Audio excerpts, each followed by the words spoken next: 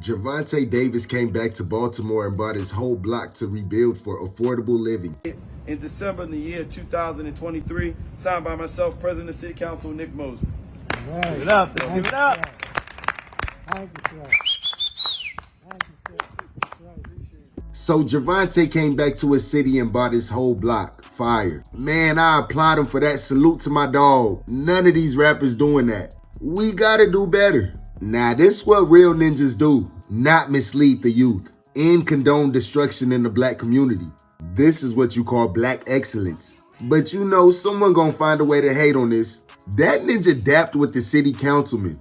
Be more different, for real, for real. Ninjas on the block finna start hosting boxing matches now. You know they gonna be trying to show bruh they got potential. Not only do my boy box, but he's fighting for a purpose.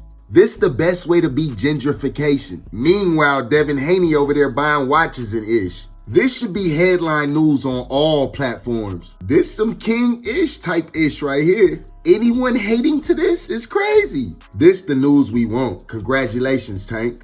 Fire. Baltimore will always remind me of The Wire. Now that's tough, my boy. This